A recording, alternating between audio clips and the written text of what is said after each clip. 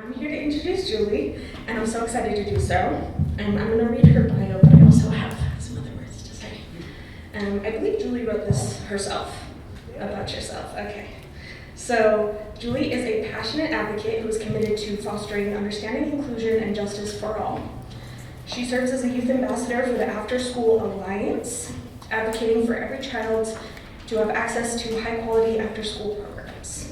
She also serves as the Rhode Island Department of Health Youth Ambassador and provides expertise and feedback on statewide adolescent health policy.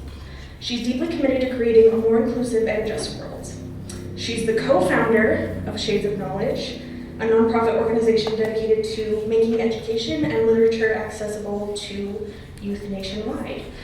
So we actually had the opportunity to have dinner with some of these youth who flew in pretty late last night. And Jully was across the table, far away, in a very loud restaurant. And I only got to share a couple words, but in that very small amount of time, it became very clear that she's extremely adventurous and brave and spirited and curious. And I'm sure this goes without saying, and you're already seeing, but I just want to note throughout, as you're watching these presentations, hearing from these youth, not only are they extremely impressive, ridiculously impressive, they're also clearly leaders. And it's not called the Youth-Led Policy Summit for nothing, and these youth are ready to lead. So I hope that becomes clear and you keep that in mind throughout these presentations. So without further ado, thank you, Jully.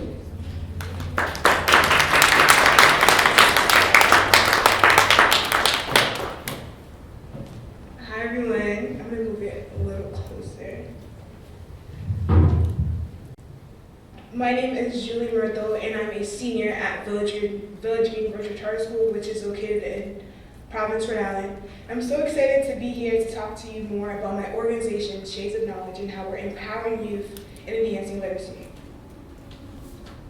So, Shades of Knowledge is a nonprofit organization committed to bettering the lives of underserved communities by providing access to equitable education to students worldwide.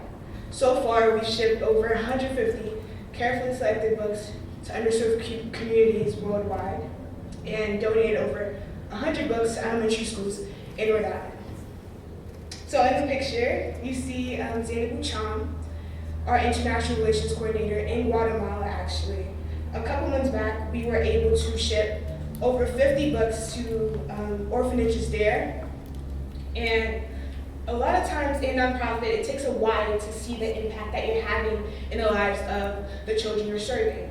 But for us, it hasn't really taken that long.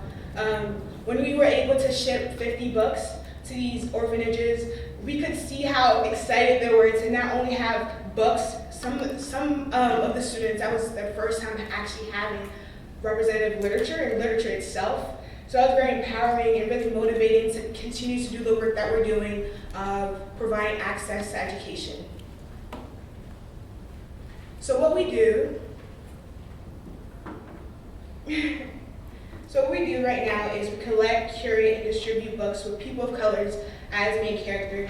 We ensure that these books are diverse in genres, reading levels, and cultural background to ensure that equitable access to high-quality literature are free for underserved communities. We work with community organizations, schools, and libraries to distribute these books. And we work to enhance BIPOC youth self-esteem and literacy development by sparking joy and empowerment and a love for reading. The reason why I really wanted to start Shades of Knowledge was because I love reading, y'all. One thing about me, I could read a book.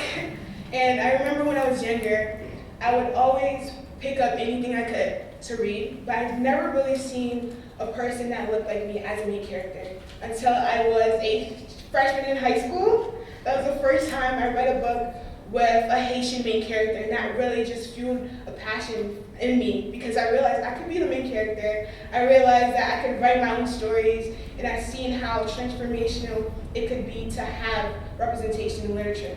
So last year, a couple years back actually, I was able to travel to the U.S. Virgin Islands, and we were with a leadership journey. It's a nonprofit organization dedicated to providing youth international leadership experience.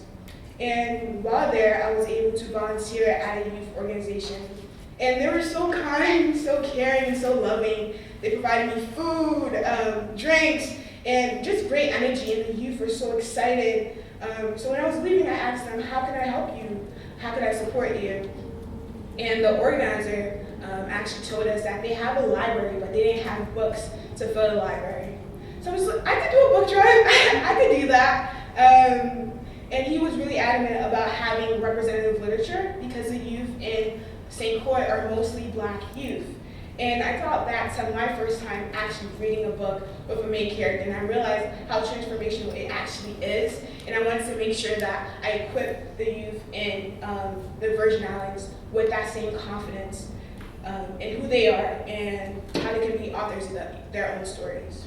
So we shipped over 150 books last year, and we got amazing feedback on how the kids were really happy and excited to actually read and to see themselves reflected in the stories they read. So I was like, this is something I can continue. So yeah, we're gonna continue to the next slide.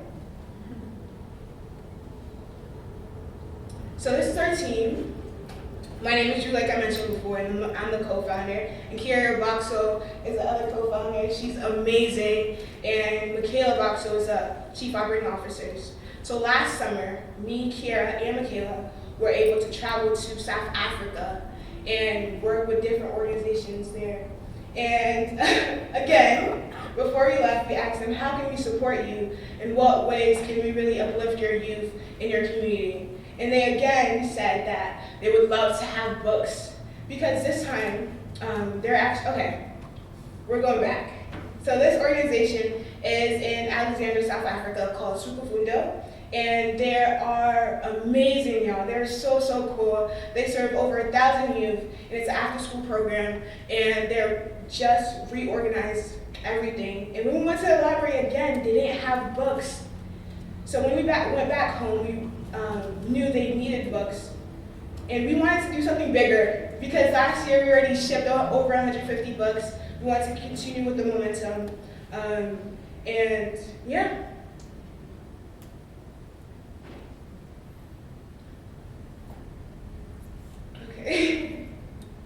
So our whole motto is think global, act local. We really want to have a positive impact globally, but we also want to foster a sense of community in Rhode Island because that's where I'm from and that's where Kiera and Michaela are also from. Going back to our story in South Africa, we actually came home and I was telling these amazing people, like, this is what I'm going to do. I'm going to be able to ship hundreds of books this time to underserved communities in South Africa. And Mia and Kiera had the opportunity to be keynote speakers at a Leadership Journeys annual fundraiser. And while there, we talked about our organization, and it was more of an idea than anything. But we're really passionate because we didn't really start anything yet at that point. And afterwards, Akeem, he's a executive director of the Leadership Journey, called me. He was like, Jully, this amazing person wants to talk to you. I was like, oh, I'm busy, but I will make time. And I'm so happy that I did. It was 9 p.m., and I was just like, why does this person want to talk to me at 9 right now? So I added Kiera to the phone call, and it was somebody from Amazon, and they wanted to partner with us to actually reach our goal of shipping 500 books to South Africa. So in the picture, you can see Amazon. You can see Kiera actually at one of Amazon's headquarters talking more about our organization and the work we're doing to provide equitable education to students worldwide. So moving back to Rhode Island, there's a really lack of literacy initiatives there. So there are thousands of underserved children in Rhode Island who are becoming disadvantaged at an early age due to gross lack income of resources to really properly develop their reading, literacy, comprehension skills. And we want to be the ones who change that. So we're gonna look more at some statistics. So 71% of fourth graders in Rhode Island failed to meet the RICAS English Language and Literacy test during 2021 and 2022's school year. And there's other concerning statistics that shows the declining literacy rates in Rhode Island.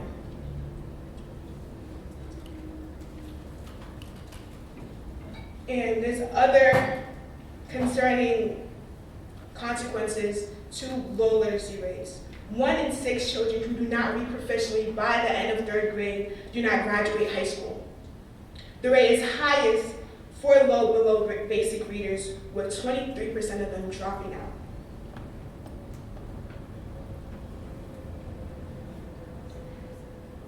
And literacy is not just about reading. It's a critical indicator of future success and preparedness for the world. BIPOC youth, on average, read lower rates with their white counterparts. And addressing this literacy disparities is essential for creating a more equitable and just society for all. So like I mentioned before, Shades of Knowledge is really dedicated to seeing the change that we want to see in our community and being proactive members of striving to create a more equitable access to literature. So we're dedicated to addressing the literacy crisis in Rhode Island by providing targeted support and resources for all students. Shades of Knowledge strives to empower all students to succeed academically and beyond. So literally like a couple of days ago, y'all, Brown University's Sweater Center awarded us with a Diversity and Anti-Racist Practice Award. And I know a lot of organizations take a long time to actually be recognized for the work that they're doing. But for us to have become a nonprofit 5 months ago and to actually get recognized for the work that we're doing and the work that we want to continue to do has been very empowering and encouraging for us all.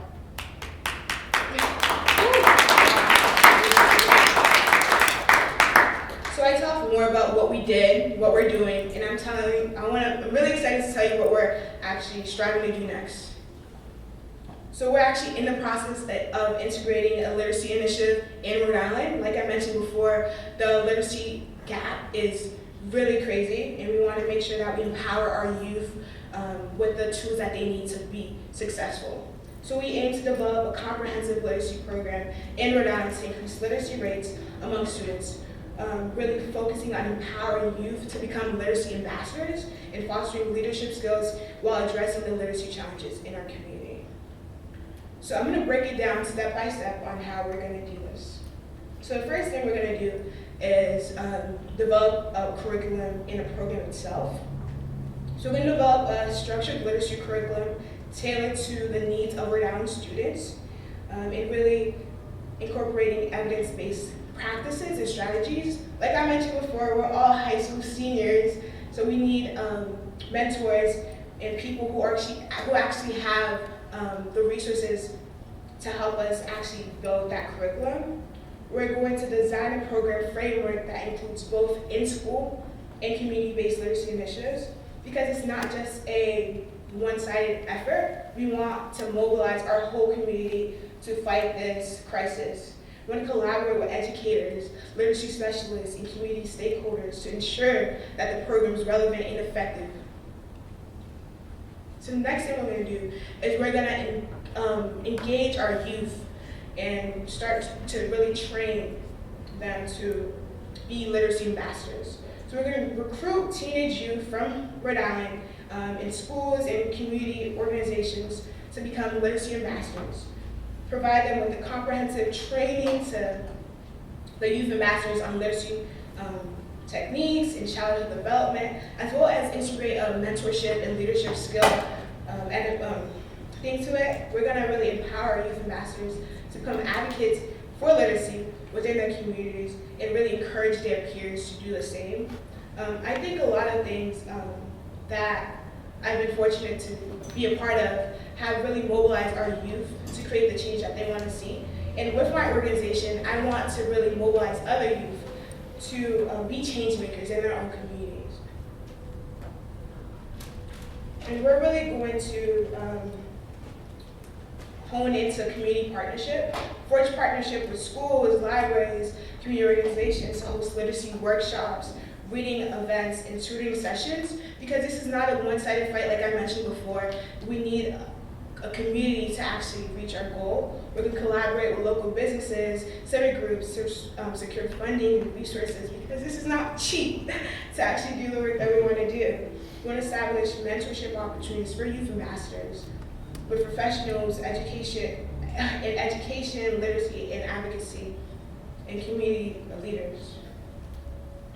And the next but not last is implementation and evaluation. We want to make sure that this actually works and that we're benefiting our community. We're going to first have a literacy pilot program and select the schools and communities, closely monitoring the implementation, collecting feedback from all stakeholders, evaluating the program's impact on literacy rates, and really make sure that our goal is to increase literacy. We want to make sure that we're reaching it. We're going to use evaluation findings to refine and scale our program and expand its reach outside of Rhode Island, and nationally and internationally. So Shades of Knowledge will increase literacy rates amongst students in Rhode Island, leading to improved academic performance and future opportunities. Like I mentioned before, low and decreasing literacy is a sign of future disadvantages. It's really interconnected to mental health struggles, poverty. So we want to make sure that we're providing youth and we're meeting them where they're at. We're going to empower youth through leadership development, community engagement, and meaningful volunteer experience. I'm a senior, y'all, so I'm going back to college application. A lot of college people are looking for leaders and seeing leadership potentials. And when you look at an applicant, you're seeing that they're not only striving to better themselves, but they're bettering their community. It's going to really make sure that we're providing our youth ambassadors with the tools they need to succeed beyond. We're going to really strengthen our partnerships with schools, communities, and local organizations to improve the literacy crisis in Rhode Island and have long-term societal impact through the cultivation of cultures of literacy and learning in Rhode Island. We hope that by implementing this literacy initiative in Rhode Island, we can make a significant stride to improving literacy outcomes while nurturing the leadership potentials of our youth and making a worthwhile impact. Yeah, that's it, y'all. If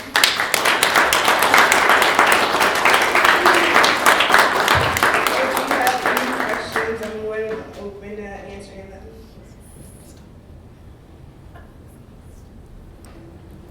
Hi, Julie. Hi.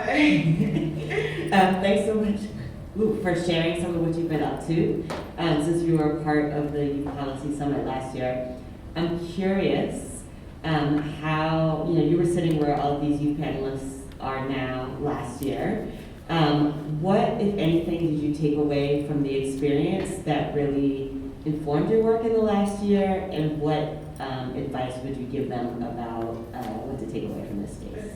So from last year, I learned that my voice could actually make a difference. And I want to encourage you all to continue to advocate for the changes that you want to see in your community, because your voice, it matters. And even if people are not listening now, you just got to scream a little louder. They'll listen eventually.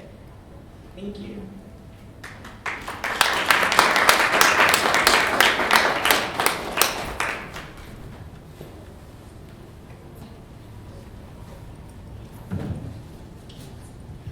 Julie, I just want to say the work that you all are doing in Rhode Island across the country, it's very impressive. And as a person who is very passionate about education policy, I just commend you for the work that you all are doing. My question is, in the next 5 or 10 years, because this is something that I know that you do plan to do long term, what is your overall maybe end goal or something major you want to accomplish within your business within the next 5 to 10 years? Okay, and within the next 5 to 10 years, I really want to make sure we implement this program and expand our reach globally, because our whole mission is to provide access nationally and internationally. So I want to make sure that we're providing youth and meeting them where they're at. I love it, and I would love to partner with you to do some things like this in Mississippi, because it is needed. Thank you. Thank you.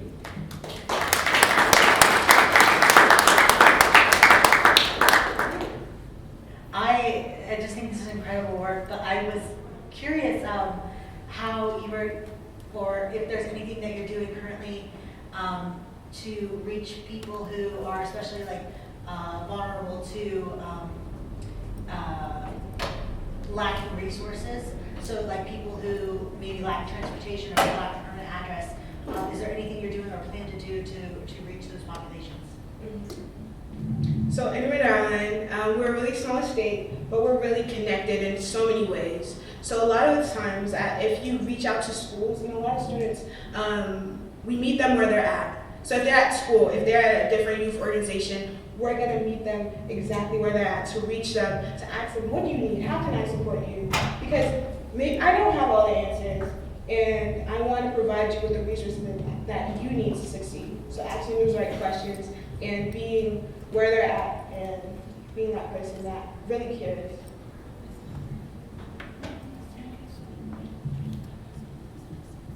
Alright, so for everyone here and for all the listeners and everyone who will see this recording, what support would you want from them? Okay. So actually, thank you.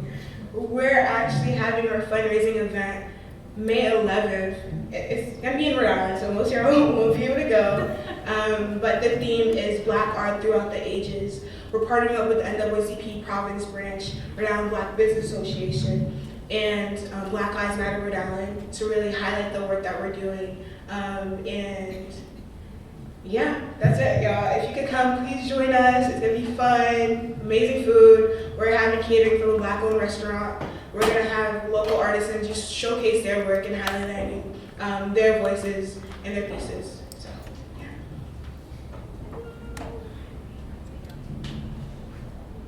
Thank you. Have a great rest of your day.